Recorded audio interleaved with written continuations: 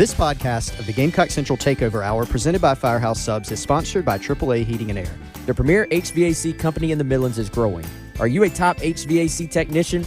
AAA Heating and Air is looking for dedicated applicants to fill their fast-growing service department with top-notch HVAC technicians. If you're the best, then they want you. If you're ready to stop working and start a career, you can earn up to $100,000 plus a year at AAA Heating and Air. Quality candidates will have at least 2 years experience and a good driving record. Benefits include top industry salaries, commission on service and unit sales, set call limits, company-provided take-home vehicle and gas card, company-provided cell phone and tablet, health, dental, and vision benefits, 401k retirement plan with company match, and scaled PTO based on length of service. Contact Roy and Dana Finley at 803-677-1500 or check out their job postings on Facebook or ZipRecruiter.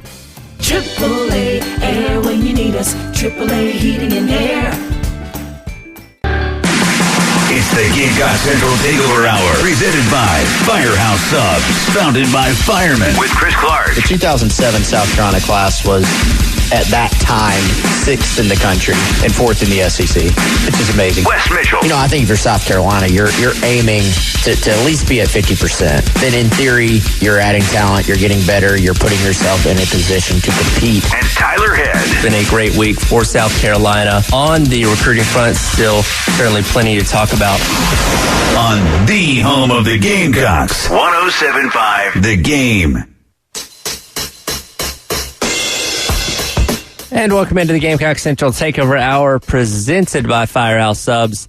Here on 107.5 The Game, Tyler Head, Chris Clark, and Wes Mitchell making his triumphant return after a week off here as we inch closer and closer to the start of the college football season. Just a week away from SEC Media Days getting started. Wes, I should ask, how was your vacation? It was good. I thought they were about to card me when I walked in because I haven't been in here in so long. But yeah, it was great. Hit a couple of beaches, got sunburnt, hung out, had some beverages, and now I'm back. Are you ready for another week of Gamecock football and Firehouse Subs? Yeah, I mean, I actually had Firehouse Subs yesterday, to be honest. So, oh, wow. Yeah, came on back, hit up one of the local, many Midlands locations of Firehouse Subs. So, yeah, happy to be back. Football is inching closer. It'll be here before we know it. Yeah, not a whole heck of a lot happened. Yeah, what did I miss? While you were gone? What do I need to know? Yeah, week in review. Yeah, we use this for the week in review. It was abbreviated week at that. We only had 3 shows Wednesday through Friday. We actually went through. It's kind of fun. We went through. What are the things? Your memory's better, Tyler. I know Friday we counted down, or actually I kind of failed at my homework. We didn't really count them down. We went through some of the best plays, individual plays in Gamecock sports history. You probably didn't get to go back and listen to that one yet. Can you guess what my number one was? It's my current number one. I reserve the right to change it. Best individual play. Just best play. Single play. Best single play. Any sport. Right. Any sport. Any sport. Any sport, any time, any era, any team. I thought Tyler was whispering you the answer for a second. No, I'm whispering just to yourself. Trying to get my brain going again. I mean, this is not going to be your answer, but in my head, the Whit Merrifield RBI that's a pretty good guess. Just popped into my head. That came up. It did. Because we opened it up to the Firehouse Subs text line, and that one definitely came up. And I actually put the same question on the Insiders Forum, like, what is your favorite? And we had 125 replies. Well, I think it can be interpreted many ways. Like, yes. What was the actual best just play without context? Like, yeah. The feat that was showcased here took the most skill, basically. Like, literally the best play, or what was the best play in most terms meaningful of context, like what it meant for South Carolina athletics. Right. And even within that 2010 baseball run, I mean, you could argue there's several different plays you could argue. And, you look at Christian Walker and the big home run to send South Carolina to Omaha. That came up. And then also Jackie Bradley Jr. actually probably, one of the most clutch ABs of all time as far as South Carolina goes. Taking an inside ball that was inside by like an inch and a half that could have been strike three and could have completely changed the course of history if the umpire had been a little bit more, had a little bit bigger strike zone. Typical college umpire. Yeah. And I always loved the quote by Jackie, and, how did you take that pitch? Well, it was a ball. That's how. And then he rolls it through the right side to keep the run going. So, all right, what was your answer, Chris? I went more of just like that was an extremely impressive play. I did bake in the context a little bit, but it was just more of the play. It was the Ace Sanders punt return against Georgia in 2012. Yeah. That one was just... And it was meaningful. Why are you laughing at me, Wes? Nothing. You're doing your one... I'm not going to do it. I'm not going to do it. Tyler wasn't mad about it. That was a great play, though. I thought Williams-Brice was going to fall apart. Yeah, that was probably the loudest I've ever seen it to this day. Yeah. We had a lot of great ones there. What we'll do later on in this show, talk about some of the greatest games in South Carolina history. And we can open this up to all sports as well. It doesn't have to just be football. We can do baseball, basketball, whatever you want. But greatest games in South Carolina Gamecock history. And I imagine a lot of the great plays that we talked about on Friday will have a crossover with some of these great games as well. I feel like these are definitely July topics. Yes. So we're a week out from media days. Yeah, so everybody hang in there with us. But I would like to add a subcategory to this just to make it more interesting. Give me your best game that South Carolina did not win, but that the game itself was so good. Because we've all watched our team play a game where the game was just so freaking good that even though your team lost, you're like, man, I can't. Neither team deserved to lose that game. My team did, but it was such an enjoyable game. It was so back and forth or had so much drama that I can't even be that mad. So, like, for me, that South Carolina, actually another South Carolina-Georgia game with Garcia, Wesley Saunders, Eric Norwood, 2009. Is that right? 2009. Tyler, help us. The batted pass at the end. South Carolina drives all the way into Georgia territory in Athens. Yeah, I think fourth and goal. I'm pretty sure that's 09. Let me double check on that. I'm about 99% sure. 37-41 Georgia. That sounds right. Yes, absolute just battle back and forth. South Carolina was up early. Georgia went up fairly big. South Carolina battled back. I think Norwood picked the pass off and either pick-sixed it or was pushed out at the one. I can't remember which one. Pick six. He did pick six, yeah. So, yeah, that's what instantly popped in my brain as far as that context. I have an early submission for another such game. 2006, South Carolina-Auburn. Yes. That is famously the Spurrier, please don't clap for our team after we lose game. Standing O after a loss? Yes. Because you remember, that was year 2 of the Spurrier era. So 2005 happened. There was some good. There was some bad in there. You have, in 2005, you have the first win at Neyland for South Carolina. Sidney Rice game. That was a great, it was a good start for South Carolina. 2006, there's a lot of excitement. You play an Auburn team who Auburn was number 2. Yeah, they were way up there. They were undefeated. That was a Thursday night game. What, was it 2005? 2006. This. Okay. Yeah, Auburn's number 2. Great game. Savell Newton was the starting quarterback in that game. Jared Cook. See, I was about to say, there's another memory from that game that has people running off the road right now listening. Jared Cook dropped a touchdown pass, or would-be touchdown pass in that game. Kenny Irons, former Gamecock running back who had transferred to Auburn before the proliferation of the transfer portal. You didn't see guys transferring from SEC school to SEC school then a lot. It did not happen that much then. Now it's just like, what team's this guy on this year? But back then, that was more rare. And so there were some great meetings between Jasper Brinkley and Kenny Irons and the great game. They fell just short at the end. Fans applauded the effort. Spurrier wasn't a huge fan of it, though. Did not like that. So I have a weird memory of that game, too, of didn't Auburn pick off a pass down... Basically, South Carolina was inside the 20, and Auburn picked off a pass, and then either Corey Boyd or Kenny McKinley ran the guy down and stripped it back. So Carolina got the ball right back. Like that was just an insane game. I'll throw you a. I don't know if this one would make the cut, but it popped in my brain because we're talking about South Carolina Auburn. But Spurrier's final year when South Carolina went to Auburn, and it was 2014. Yep, I think. Yep, it was. And it was Spurrier against Ellis Johnson. And Spurrier went up there with Dylan Thompson, so it was his second to last year. And Spurrier just said, "We're going for it every fourth down. Like we don't give a you know what." And said, "We're going for it. We can't stop anybody. We're just going all out."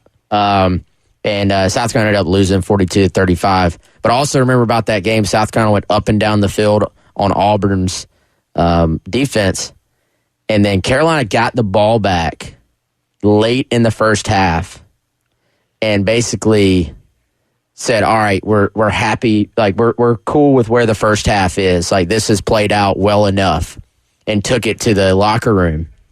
And then you look back and you're like, man, if you're in a shootout, gotta shoot.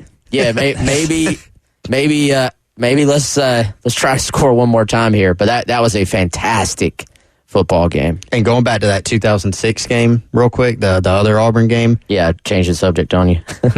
No. I mean, we stuck with another good Auburn game. I just remembered this. Auburn had the ball for the entire third quarter in that game. Surprise onside kick. I'd never.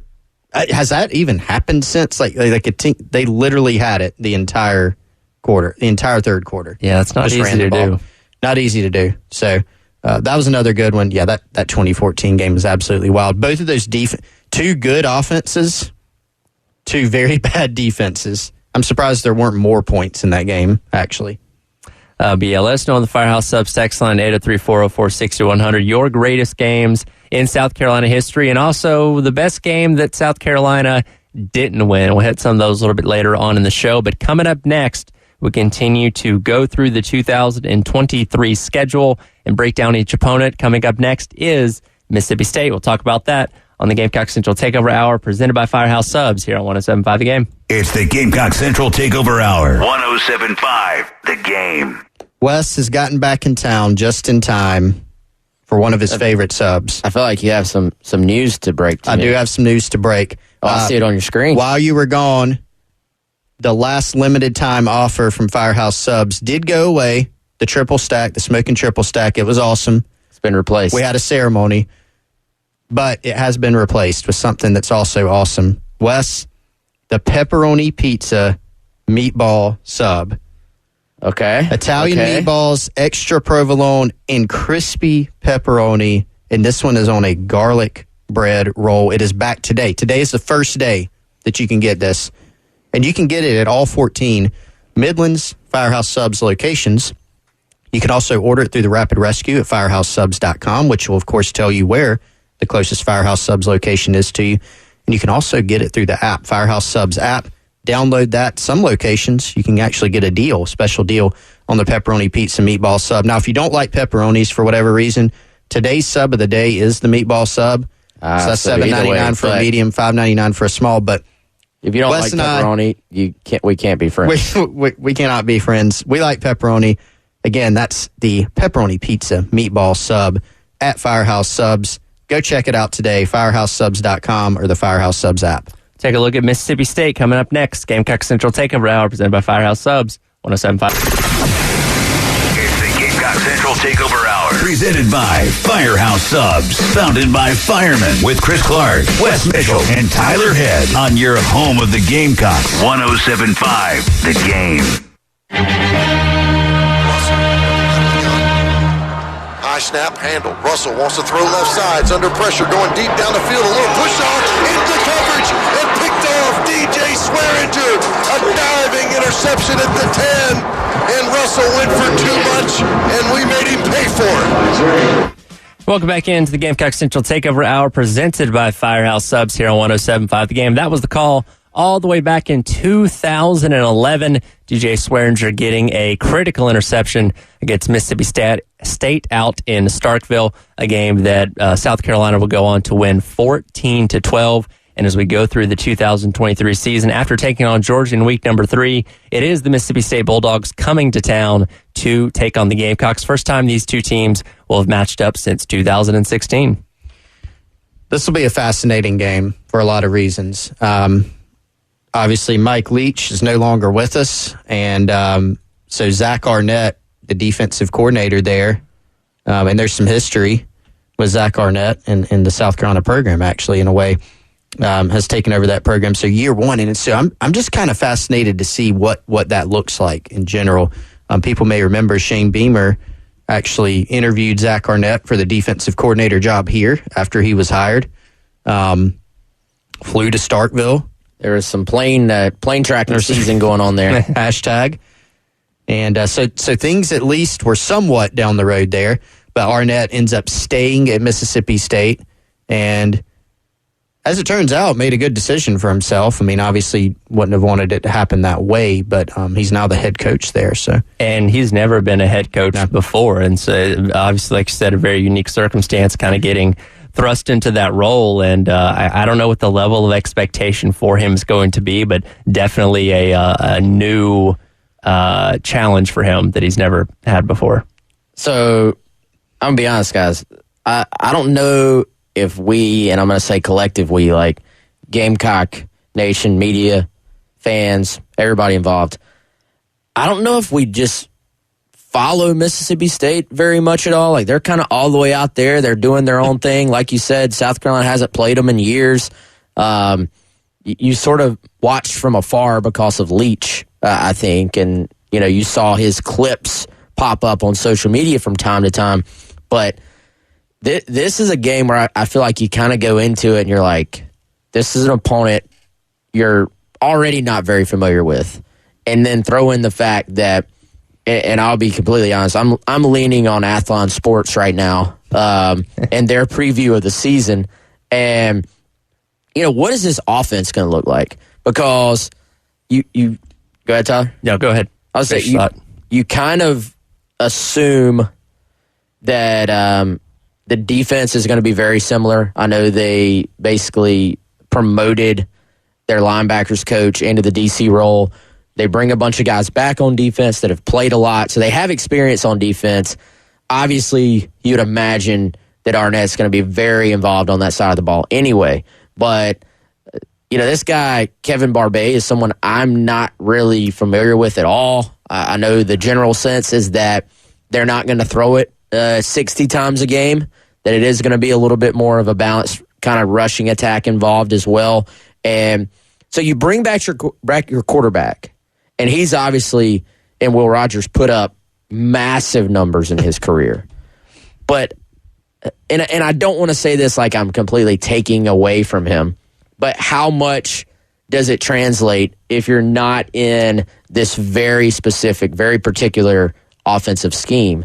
And so I think there are some questions there, because we have seen quarterbacks put up huge numbers in the air raid, and sometimes it does translate to other schemes, and sometimes it doesn't. So I think that's kind of obviously a question everybody's going to have going into this season. And like I said, the air raid is its own unique thing, and not every coach can be successful with it. And obviously, Mike Leach was one of the innovators of that offense. But Barbay comes over from Appalachian State, and that was a very good offense they had a year ago, averaged about 450 yards per game and right around 35 points per game. When you kind of look at how the breakdown of plays was for them, one thing that I noticed particularly is they don't use the running back, or he didn't use the running backs in the pass game nearly as much as Appalachian State, which was a big thing for Mike Leach at Mississippi State. And then, they utilized the run itself a little bit more, or a little bit, but not to the degree of what you see throughout the SEC. So that's going to be kind of one of the quirks of Barbay's offense. I imagine they're still going to throw the ball plenty. And again, Will Rogers, one of the best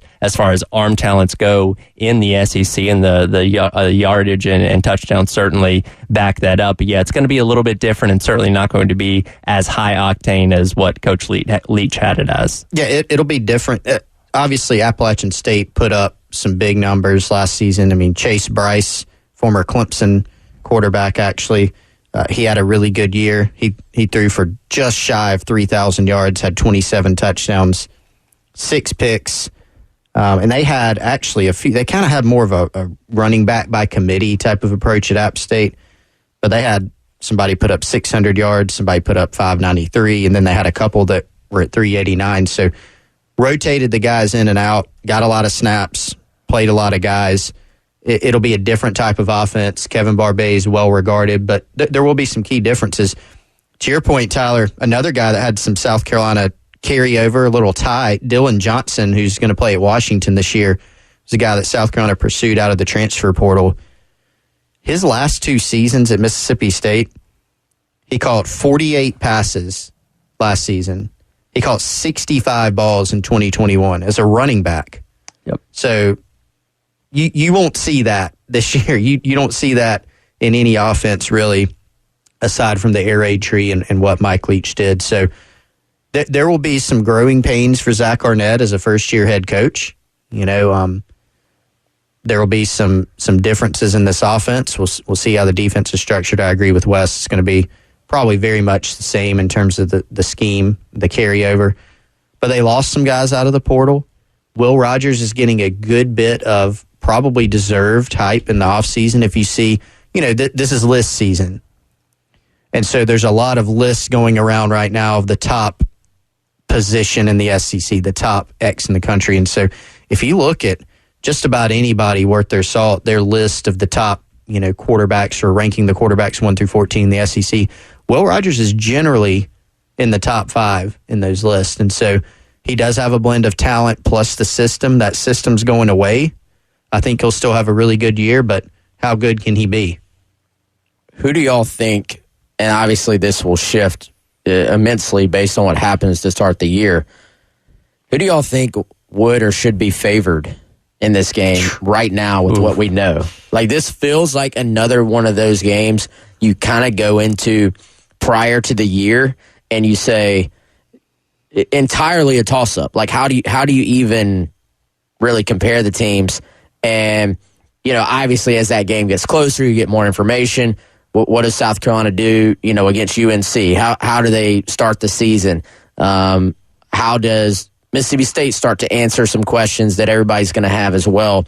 And then it kind of shifts one way or the other. But as we sit here right now, I don't even know how you necessarily answer that question, because there are so many different variables involved. And to Chris's point, I mean, we saw it firsthand here, and Beamer himself has talked about sort of, going into year 2 versus going into year 1. Beamer, of course, now going into year 3. When you're a head coach, I mean, you're kind of just trying to keep your head above water for that first year, because you're basically running a massive company. Like, you're the CEO of a massive company, and you're putting out fires every day. Like, I think that's what the modern day head football coach is. And I imagine you learn something new every day, as much as you've prepared for that moment for your entire working life. If you're a coach, there's something new every day. So how does he adjust to that? How does he adjust to game time decisions? Am I going to be an aggressive coach? Am I going to be a less aggressive coach? Is it going to depend more on the opponent? We know Leach was going to roll the dice anytime he could. So, I think there's a lot of questions you probably even have for a head coach where he may know what he thinks his answers are right now, but as he gets into the mix and as he learns more about his team and himself, some of those things are going to sort of be fluid as well. So I think there's just a ton we don't know about this matchup. Yeah, we don't even have a line for that game yet, but I would imagine if they were to put one out right now, I'd probably say South Carolina would be the slight favorite just with all the questions at Mississippi State and all the unknowns that they're dealing with. But like you said, once we get into play in the season, North Carolina, Furman, Georgia, all the opinions and ideas of what this team will be and what Mississippi State will be by week 4 certainly going to change. Yeah, I'm with y'all. Very, very small line, though. Like, even if Carolina's favored. Sure. It's like a 1.5. Yeah. Just as a placeholder, if nothing else. Yeah. It's basically a kind of a pick 'em in my mind. It's very similar to the UNC game to open the season for different reasons. Absolutely. Coming up next, we will dive into the greatest games in South Carolina history and greatest games that maybe the Gamecocks didn't win either. If you have one you'd like to let us know about, hit us up with the Firehouse Subs text line, 803-404-6100. We'll talk about that coming up next. You are listening to the Gamecock Central Takeover Hour, presented by Firehouse Subs on 107.5 The Game. It's the Gamecock Central Takeover Hour. 107.5 The Game. Guys, we've been talking about special plays and great plays. Maybe you have a print of a photo of one of those big plays in South Carolina history. I got an idea that will absolutely be a winner for you. Why don't you head on over to our friends at Gold Line Framing in West Columbia. Have them custom frame that print for you. You can throw it on the wall in the man cave. Or if you're looking for a special gift for a sports fan in your life, maybe you don't know what to get them. Owner Kendall Walsh, manager Joni James, they're going to take care of you and any and all of your custom framing needs. That could be diplomas, original artwork, canvases, jerseys, flags, pretty much anything. They've been in business for over 20 years. They're over at 511 12th Street. Again, that is West Columbia, South Carolina. You can go in studio over there and check out their art gallery, home decor, furniture, gift items, all in store. If Kendall's over there, she can talk some Gamecock sports with you as well. Give them a call, 803-739-1337. They are open Tuesday to Friday, 10 a.m. to 5:30 p.m., and then Saturday, 10 a.m. to 2 p.m. Give them a follow, as always, on Instagram at Goldline Framing SC. Again, that's our friends at Goldline Framing in West Columbia, 511 12th Street. Greatest games coming up next. Gamecock Central Takeover Hour presented by Firehouse Subs, 107.5 The Game. We're all juggling life, a career, and trying to build a little bit of wealth. The Brown Ambition Podcast with host Mandy and Tiffany the Budgetnista can help. HGTV's Paige Turner. People are wanting to buy a home. Is it a buyer's market? Is it seller's market? Is it neither? It's neither. If you're in a position to buy a home, and if it makes more sense to own than to rent at this time in your life, then buy the house. Just don't buy the house thinking in 6 months you're going to make a $400,000 profit off of it, because that's not there anymore. Brown Ambition. Wherever you listen. It's the Gamecock Central Takeover Hour. Presented by Firehouse Subs. Founded by firemen with Chris Clark, Wes Mitchell, and Tyler Head. On your home of the Gamecocks. 107.5 The Game. And welcome back into the Gamecock Central Takeover Hour.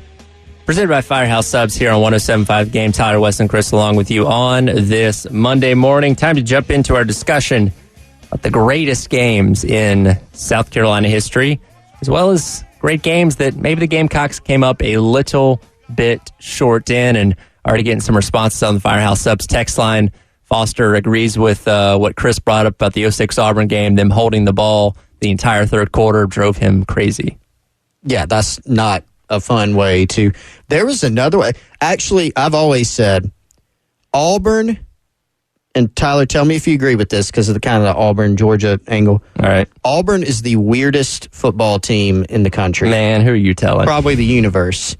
They have been involved in more weird, stupid, and nonsensical things than any other team. That 2013 run to the national championship game was one of the most bizarre things I've ever witnessed. Yeah, and you can't even, I mean, you even had the, like the Michael Dyer knee being down or not. Yep. Like you even had that. Yep. Like it couldn't even just be a normal, there's no normal with them, ever.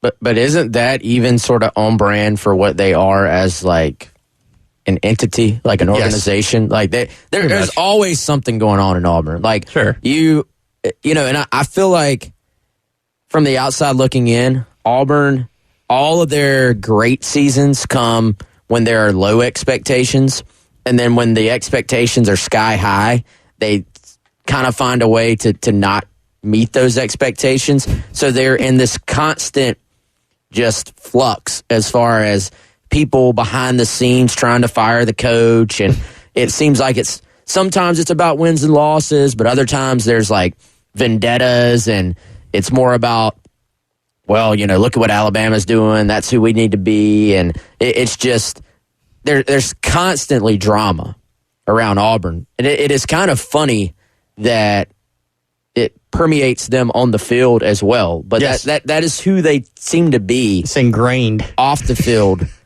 as well. I mean, being an Auburn fan, that's got to be a crazy existence. Yeah, because lots of ups and downs. Yeah, ups, downs. Sideways. Constantly being jealous of your big brother, but still managing to beat them like every 4 or 5 years. Yes. Yeah, but it's kind of like you're the little brother that everybody, all you hear about is people bragging on your big brother. But then you're still over there, like, you're doing some pretty freaking impressive things too, but nobody ever puts you in the paper. They're just talking about big brother. It kind of gets just, I guess, overridden with everyone. Yeah. Strange. But, I mean, it sounds in some ways fun. It sounds in some ways exhausting. Well, it's the Gus Malzahn experience. And I don't know if that was just because of him. It's probably an and as opposed to an or. And he was at Auburn. Mm-hmm. You know, every year he's on the hot seat. No, he's not. He's on the hot seat. No, he's not. And he's just back and forth. He was on the staff for the 2010 national championship team too, wasn't he? He was the OC. OC, yeah. That's right. So even going back that far, he was still playing a part in it. Yeah, I mean, it's just and his tenure, it was uneven, but I feel like it's probably a little bit underrated. Well, and talking about the ups and downs, since they let him go, you have this whole mess with Brian Harsin, and now you go out and hire Hugh Freeze. So just the ups and downs just continue. It's just a weird hire, and then you hire Hugh Freeze. Yeah, it just continues. And, man, it would be entertaining to be in that sphere. I remember a story that Ellis Johnson told me recently, because you remember Ellis Johnson went to Auburn, and he worked for Gus Malzahn. And he was telling me very early in his tenure, when he returned to South Carolina, that Auburn was making a play to try to hire Steve Spurrier. And Ellis was concerned that Spurrier was going to go, because these are his words. He tells the story a lot better than I can. But he said, at Auburn, you never know who's going to hire the coach. He's like, it's whoever gets to the table first. It might be a booster. It might be the AD. It might be the president. You just don't know. So the place is crazy. So it's definitely bled over to the field. Now, why were we talking about that? I don't know. Another Auburn game, probably? I got one more thing to add. Did I dream this, or did this really happen? Okay. Wasn't there a moment when everybody was like, oh, we got to get rid of Gus. Gus isn't getting the job done. We're going to fire him. And then Arkansas was like, all right, well, we're going to hire Gus. Yeah. And then Auburn was like, you can't have him. He's like, yes. Didn't that happen? Like, it was all year long. Yeah. We're going to fire Malzahn. And then Arkansas was like, it looks pretty good to us. And then they're like, well, no, not on our watch. Former high school coach in Arkansas. I mean, it made a lot of sense. I don't remember what year that was, but like every year. Yeah, true. But I think Arkansas at some point made a real push. Auburn almost some people over there, I don't know who, Brewsters, they tried to hire Kevin Steele as their head coach. They're going to just install him as the head coach. It's just a bizarre existence. I think the reason I brought it up is there was another weird Auburn game along Wes's lines. 2011 Auburn. That's why somebody wrote in on the Firehouse Subs text line with the Auburn game in 2006 where they held the ball for 3 quarters. The 2011 Auburn-South Carolina game, that was a decent Auburn team. They ended up going 8-5. That was an ugly game, though. 16-13 Auburn. Late touchdown to the late Philip Lutzenkirchen. Throwback pass. Auburn ran about 120 offensive plays in that game. They just 3 and 4 yarded South Carolina to death. And then I think Carolina got the ball down towards field goal range, but the clock ran out because they couldn't spike it in time at the end. But that was just an ugly offensive performance. Tyler, what all do we have on the line there? Anything good? Let's see. A lot of the ones that you guys have already said. Auburn game, 06 Florida, return to the swamp for Spurrier. Let's see. I was hoping somebody would jog our memory on maybe some we're not thinking of. I have a basketball submission randomly.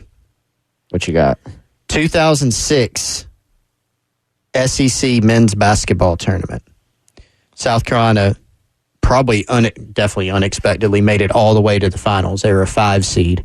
So they beat Mississippi State. They beat Tennessee, who was the 1 seed. They beat Kentucky, and they made it all the way to the championship game against Florida and lost by 2. That was the team that had Joakim Noah, Al Horford, a couple other guys who I'm forgetting. And that would have given South Carolina, of course, the automatic bid to the NCAA tournament. They just fell short and didn't have the record, regular season, that a losing record in conference. That was a frustrating team to watch, though. Because they had talent. They were they were so up and down. So up and down. And then they went on that run at the end. They played really, really good basketball down the stretch, but just came up short. And that team, was that when I was in school? I think it was. Yeah, it would have been when we were in school. That team was pretty loaded, actually. I think there was maybe a late tip by Noah or something that went in, or a block. There was something down in the paint at the end of the game. I think Carolina had a shot at the basket at the end, and it rolled out. That would have been, what was the final score of that game? 49-47. Ooh. Yeah. That was a tough one. All right, add that one to the list. We'll hit some more of these coming back on the other side as we wrap up today's edition of the Gamecock Central Takeover Hour, presented by Firehouse Subs on 107.5 The Game. It's the Gamecock Central Takeover Hour. 107.5 The Game. Hey, if you're a small business owner in the Midlands, think about everything you need to help your business succeed. You need a plan, happy customers, steady cash flow, but you also need an insurance agent that gets you. State Farm agent Amy Mason-Cup also is a small business owner here in the Midlands, and so she understands the unique needs of local business owners like you. Amy Mason-Cup State Farm will make it easy to choose the right protection for your business at the right price, because one thing you don't need is insurance stress. Call State Farm agent Amy Mason-Cup for your small business insurance needs today. Her number is 803-772-5554, or you can go to her website, amymasoncup.com.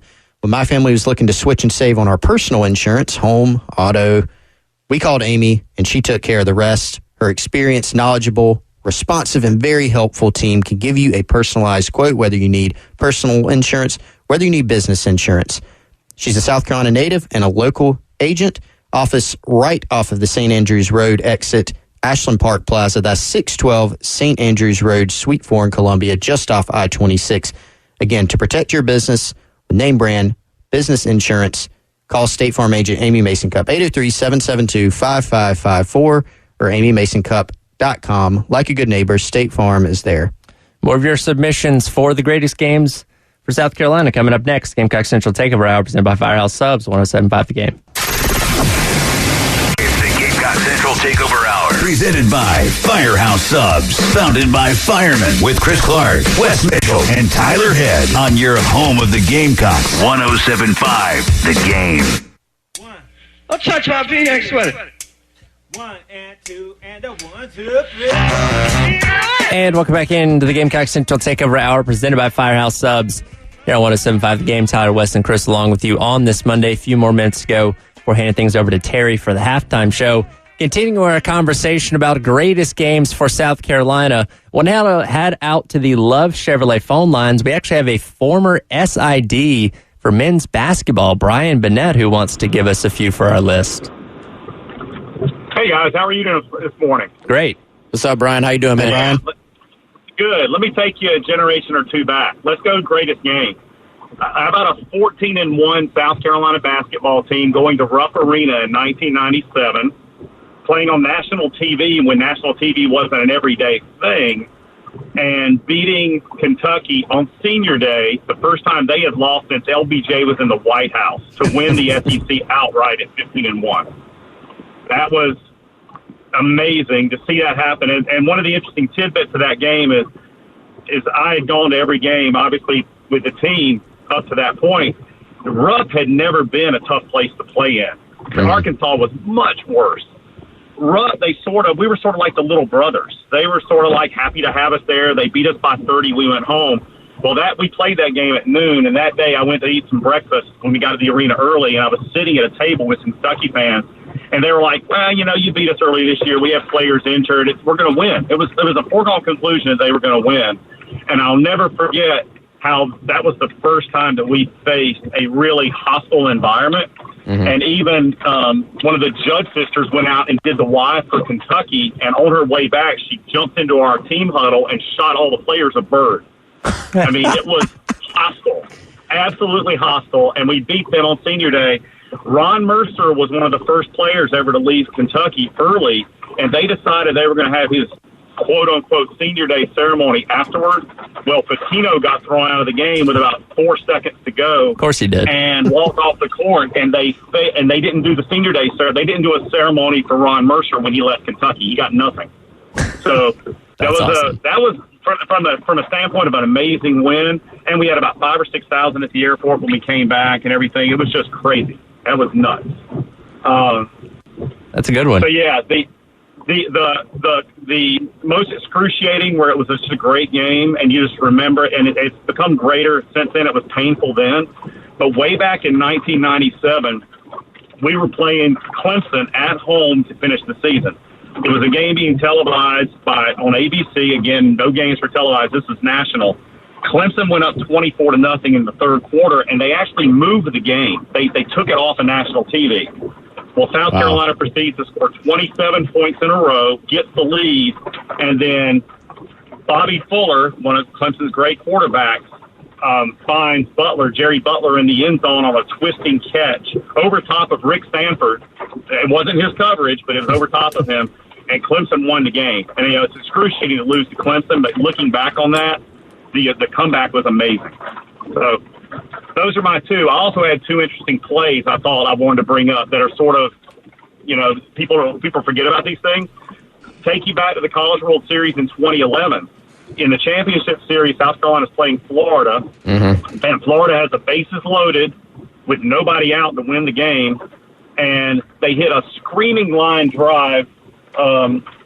Who was it? To Wingo. Yeah. Wingo's playing in. He catches it on a dive. He throws it to Robert Berry, who's catching because he came in as a pinch hitter, so he's not even the first-string catcher. He makes a backhanded short hop catch with his foot stretched on the plate to get the force out at home. The next play was a double play. South Carolina wins in extra innings, wins the next night, and wins the national championship. They lose that game, they probably don't win the Natty that year. The other one is an interesting one. It goes all the way back to 1984. You guys weren't even born to remember this, but 1984, South Carolina went 10-2, won their first 9 games. People forget they opened the season with the Citadel at home. It was 24-24 with about 3 minutes to go, and South Carolina, Joe Morrison called a halfback pass at about midfield. We threw a halfback pass to score a touchdown and beat the Citadel, and went on to win 9 in a row and ranked number 2 in the country before Navy. And then we beat Clemson and lost the bowl game. But talking about just some crazy behind-the-scenes plays that mattered. Those two stick in my mind as just season-turning plays. Absolutely. We appreciate your input there, Brian. We are kind of running out of time here. But wow, yeah, he had all the high points on that one. Yeah, we appreciate that, Brian. Have a good day, man. That was a good trip down. So memory lane on some of them. Again, before my time, like you said, on others. But so that South Carolina Kentucky game, 97, actually is on YouTube in its entirety. So if anybody actually wants to go back and relive it, starting lineup for South Carolina, I mean, these were some dudes. B.J. Mackey, Larry Davis, Melvin Watson, William Gallman, Ryan Stack. So you're talking about 3 or 4 of the better players, in kind of recent South Carolina history, I would say there. And I guess it's not recent anymore, but within the last 30 years or so. And Chris, I remember those teams, but I don't remember those teams. You know what I mean? Like I remember watching them as a kid. Don't remember details from any games, but that was a pretty loaded South Carolina team. And to add one more to his South Carolina, Florida, just crazy baseball series, crazy baseball game was the Jake Williams throw. Florida nearly won that game on a base hit to left field. And Jake Williams, who will tell you himself had probably by far the weakest arm in that outfield, throws an absolute seed to the plate and guns down a runner who was going obviously second to home and keeps Florida from scoring the winning run there as well. So there were several plays in that game that were just clutch for South Carolina. Absolutely. We'll continue to revisit this as the week goes along and as we get closer and closer to the start of football season. But that'll do it for today's edition of the Gamecock Central Takeover Hour presented by Firehouse Subs. Halftime show with Terry coming up next here on 107.5 The Game.